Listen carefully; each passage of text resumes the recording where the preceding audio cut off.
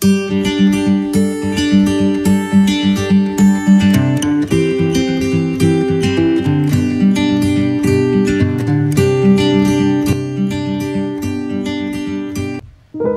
اللہ الرحمن الرحیم۔ السلام علیکم پیارے طلباء، اردو کلاس میں خوش آمدید۔ ہمارے لیکچر کا آج کا عنوان ہے رویداد نویسی، یعنی آنکھوں دیکھا حال۔ انسان کو زندگی میں طرح طرح کے معاملات کو ضبط تحریر میں لانا پڑتا ہے، مثلا کسی واقعے کی رویداد، ذاتی ڈائری، درخواست، مکالمہ یا لین دین کی رسیدی۔ اصل میں رویداد عدالت کی کارروائی اور مقدمے کی کیفیت کو بھی کہتے ہیں۔ کسی تقریب، اجلاس، مشاعرے اور ادبی محفل کی صورتحال اور کیفیت، یعنی جو کچھ وہاں پیش آیا ہے اسے قلم بند کرنا بھی رویداد کہلاتا ہے۔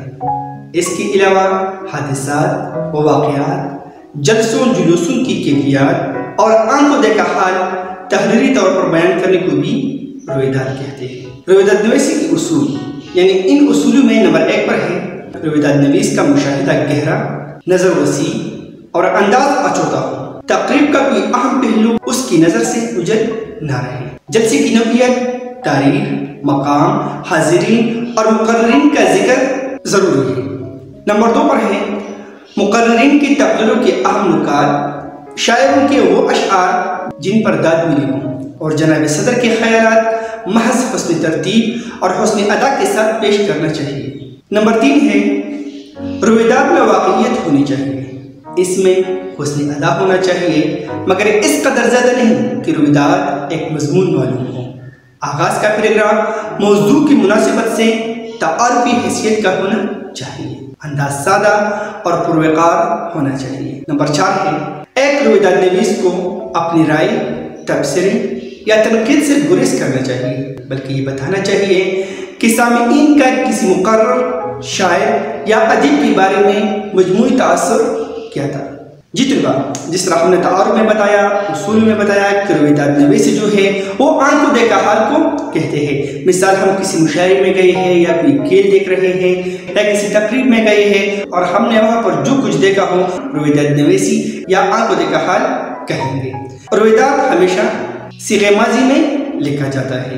رویداد نویس کو چاہیے کہ جب وہ رویداد لکھنا چاہتے ہیں، یعنی آنکھوں دیکھا حال لکھنا چاہتے ہیں، تو اسے چاہیے کہ کوئی اہم موضوع اس کی نظر سے اوجھل نہ رہے۔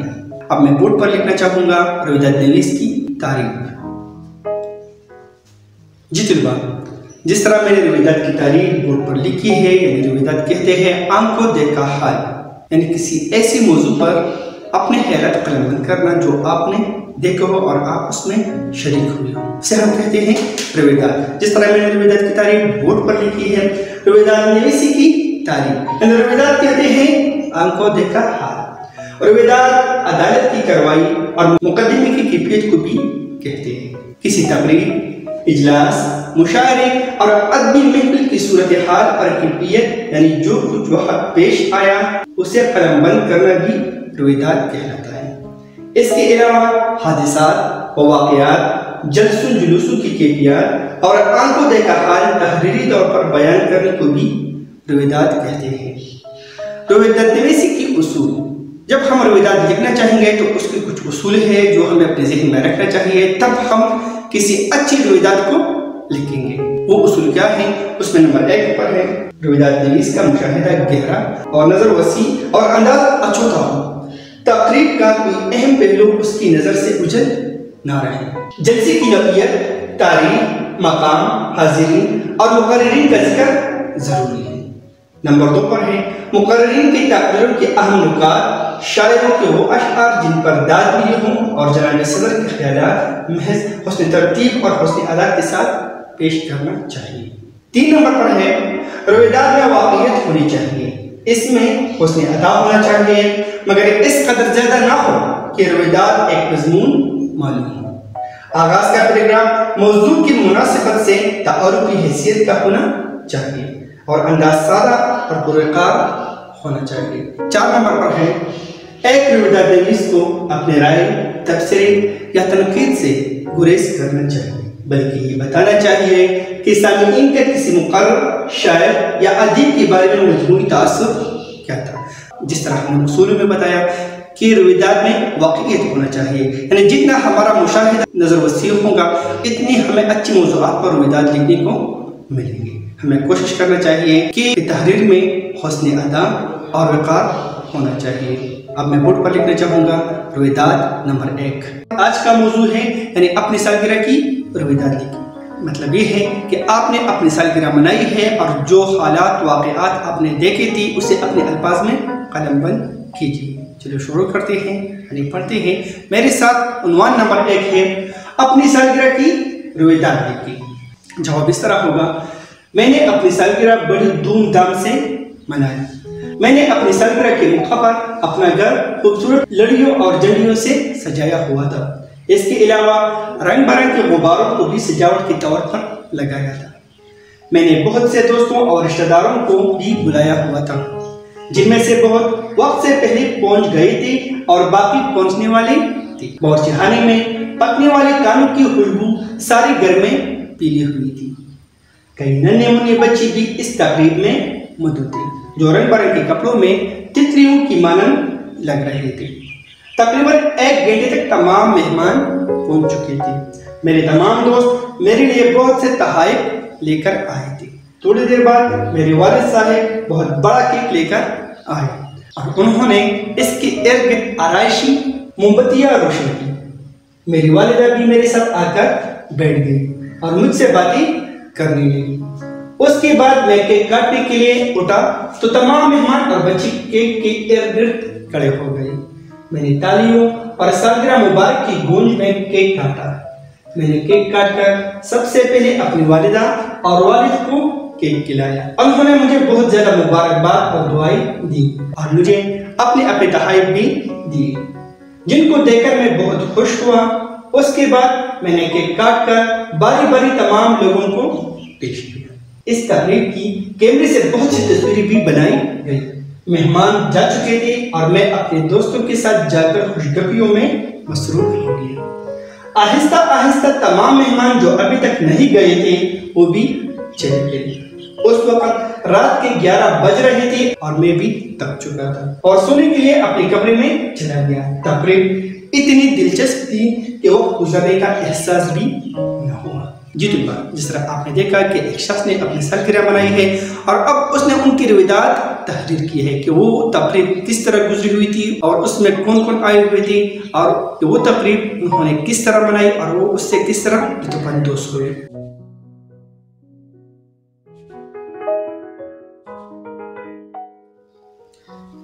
جی طلباء، میرے ساتھ دوسرا موضوع ہے یوم قائد اعظم کے منائے جانے پر رویداد تحریر کیجیے۔ مطلب یہ ہے کہ آپ کے اسکول میں یوم قائد اعظم منایا گیا ہے، آپ وہاں پر موجود تھے، آپ نے کیا صورتحال دیکھی، آپ نے کیا واقعات دیکھی، وہ اپنے الفاظ میں قلم بند کیجیے۔ یعنی جواب اس طرح ہوگا، اسکول میں قائد اعظم کی یوم ولادت کے حوالے سے 25 دسمبر 2019 کے موقع پر ایک شاندار اور پروقار تقریب کا اہتمام کیا گیا۔ اس تقریب کا نمایاں پہلو اسکول ایگزامینیشن ہال میں منعقد ہونے والا جلسہ تھا، جس کے لیے تحریک پاکستان کے ممتاز قائدین کو مدعو کیا گیا تھا تاکہ وہ اپنی چشم دید مشاہدات اور تجربات کی روشنی میں طلباء کو حصول پاکستان کی تاریخ ساز جدوجہد سے آگاہ کریں۔ جلسہ ٹھیک 10 بجے شروع ہوا۔ کارروائی کا آغاز تلاوت کلام پاک سے کیا گیا۔ صدارت کے فرائض اسکول کے پرنسپل صاحب نے انجام دی۔ اسٹیٹ سیکرٹری اسکول کے سینئر ٹیچر علی رحمان نے سنبھالا۔ مقررین کو خطابی دعوت کر کے دوسرے مقررین کو تقریر کی دعوت دیتے رہے۔ مقررین نے بہت خوبی سے تحریک پاکستان کے مختلف مراحل پر روشنی ڈالی۔ ان کی تقریروں سے پوری طرح واضح ہو گیا کہ برصغیر کے مسلمانوں کو یہ سمجھنے میں دیر نہ لگی کہ وہ تاریخ کے ایسے موڑ پر آ پہنچے ہیں جہاں ان کی موت و حیات کا فیصلہ ہونے والا ہے۔ اگر انہوں نے تحریک پاکستان کا ساتھ اپنے پورے عزم اور استقامت سے نہ دیا تو مخالف قومی ان کی قومی ہستی کو ملیامین کر کے رکھ دیں گے۔ اسکول کے طلباء کی ذہن نشین ہو گیا کہ ان کے آباء و اجداد نے حصول پاکستان کے لیے بے مثال قربانیاں پیش کی۔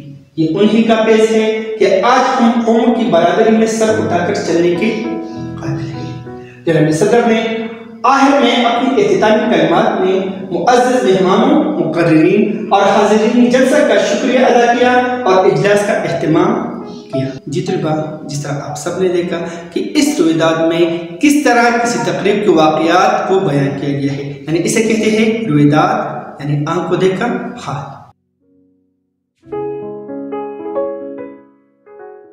جی طلباء، ہمارے ساتھ رویداد نمبر 3 ہے اپنے اسکول میں منعقد ہونے والی تقریب بسلسلہ یوم اقبال کی رویداد لکھیں، یعنی آپ کے اسکول میں ایک تقریب ہوا ہے بسلسلہ یوم اقبال، اب آپ ان کے جو واقعات تھے بعض میں قلم بند کیجئے، یعنی ہمارے ساتھ جواب اس طرح ہوگا۔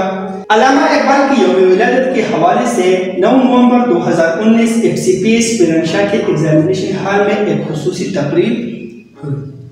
مہمان خصوصی کی بار وقت پہنچنے پر تقریب کا باقاعدہ آغاز بھی تلاوت کلام پاک سے بروقت ہوا۔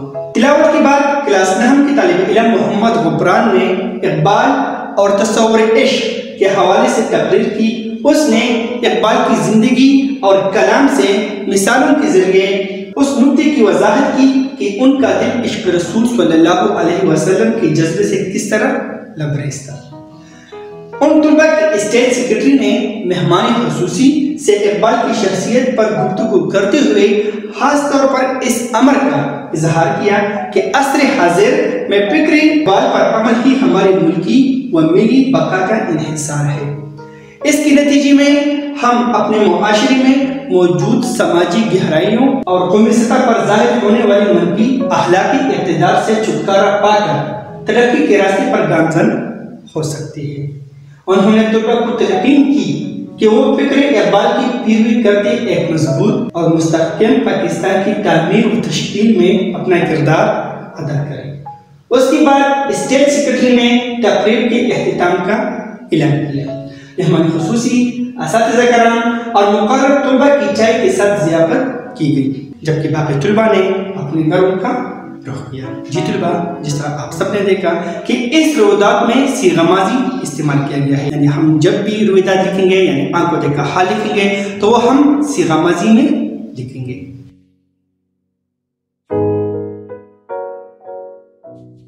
جی طلباء، میرے ساتھ رویداد نمبر 4 ہے جلسہ عید میلاد النبی صلی اللہ علیہ وسلم کی رویداد لکھی، یعنی آنکھ کو دیکھا حال لکھی کہ حضور صلی اللہ علیہ وسلم کا میلاد منعقد کیا گیا ہے اور اس سلسلے میں آپ وہاں پر موجود تھے، اسکول میں موجود تھے، میلاد میں موجود تھے، وہاں کا آنکھ کو دیکھا حال لکھیں۔ وہاں پر جو تقریب ہوئی تھی، جو واقعات ہوئے تھے، انہیں اپنے الفاظ میں قلم بند کیجیے، یعنی میرے ساتھ جواب ہوگا۔ یوں تو ہمارے شہر میں جشن عید میلاد النبی صلی اللہ علیہ وسلم بڑی شان و شوکت سے مناتے ہیں، مگر اس سال تو نہایت جوش و خروش سے منایا گیا۔ 12 ربیع الاول کو شہر کے بازاروں میں میلاد منعقد کی گئی۔ ہمارے اسکول نے بھی اس سال عید میلاد النبی صلی اللہ علیہ وسلم کے سلسلے میں ایک عظیم الشان جلسہ منعقد کرایا۔ اس سلسلے میں ملک کے نامور علماء اور ناطقاں کو بھی بلایا گیا۔ تقریب کو پروقار بنانے کے لیے پرنسپل صاحب نے بہت محنت کی اور ان کی اس لگن کو دیکھتے ہوئے اساتذہ نے بھی ان کی مدد کی۔ اسٹیٹ سیکرٹری نے تقریب کا باقاعدہ آغاز کرتے ہوئے ملک کے نامور قاری کو تلاوت کے لیے مدعو کیا۔ انہوں نے سورۃ الرحمن کی ابتدائی 7-8 آیات تلاوت کی اور ترجمہ پیش کیا۔ ان کی قرآت اور آواز نے ایک سحر طاری کر دیا اور بے احتیاط لوگوں کی زبان سے حرج تحسین کے الفاظ نکلنے لگے۔ اس کے بعد طلباء کے درمیان قرآت اور نعت کا مقابلہ ہوا۔ طلباء نے نہایت گرم جوشی سے مقابلہ میں حصہ لیا۔ اس کے بعد مہمان خصوصی کو نتائج کا اعلان کرنے کے لیے مدعو کیا۔ انہوں نے تمام طلباء کو سراہا اور ایک ایک طالب علم کو سند دیتے ہوئے سر پر ہاتھ پھیرتے اور کچھ تعریفی کلمات بھی کہتے۔ اس کے بعد مہمان خصوصی نے آپ صلی اللہ علیہ وسلم کی زندگی پر مختصر اور نہایت اہم روشنی ڈالی۔ مہمان خصوصی نے آپ صلی اللہ علیہ وسلم کی زندگی کی مختلف پہلوؤں پر روشنی اور آپ صلی اللہ علیہ وسلم کی زندگی پر چلنے کی تبلیغ کی۔ انہوں نے بہت ہی اچھے انداز سے خطاب کیا اور تمام حاضرین نے ان کے انداز کو سراہا۔ اس کے بعد پرنسپل صاحب نے اسٹیج پر آ کر آپ صلی اللہ علیہ وسلم کی زندگی پر اپنے خیالات کا اظہار کیا اور تمام مہمانان خصوصی کا ایک بار دوبارہ شکریہ ادا کیا، اور آخر میں آپ صلی اللہ علیہ وسلم کی حضور سلام پیش کیا۔ تمام مہمانوں کی کانے سے تواضع کی۔ اس طرح تقریباً 2 بجے کی تقریب اپنے اختتام کو پہنچی۔ جی طلبہ، یہ رویداد تھی عید میلاد النبی صلی اللہ علیہ وسلم کی۔ یعنی ہم جب بھی رویداد لکھیں گے صیغہ ماضی میں لکھیں گے، اور واقعات اور تصورات ایسے لکھیں گے جو ہم نے وہاں پر محسوس کیے ہوں۔ امید رکھتا ہوں کہ یہ لیکچر آپ کے لیے کارآمد ہوگا۔ اگر آپ کا کوئی سوال ہے تو آپ مجھ سے کمنٹس میں پوچھ سکتے ہیں، میں کوشش کروں گا کہ آپ کے سوال کے جواب ضرور دوں گا۔ ملتے ہیں ایک نئی ویڈیو کے ساتھ، تب تک کے لیے خدا حافظ۔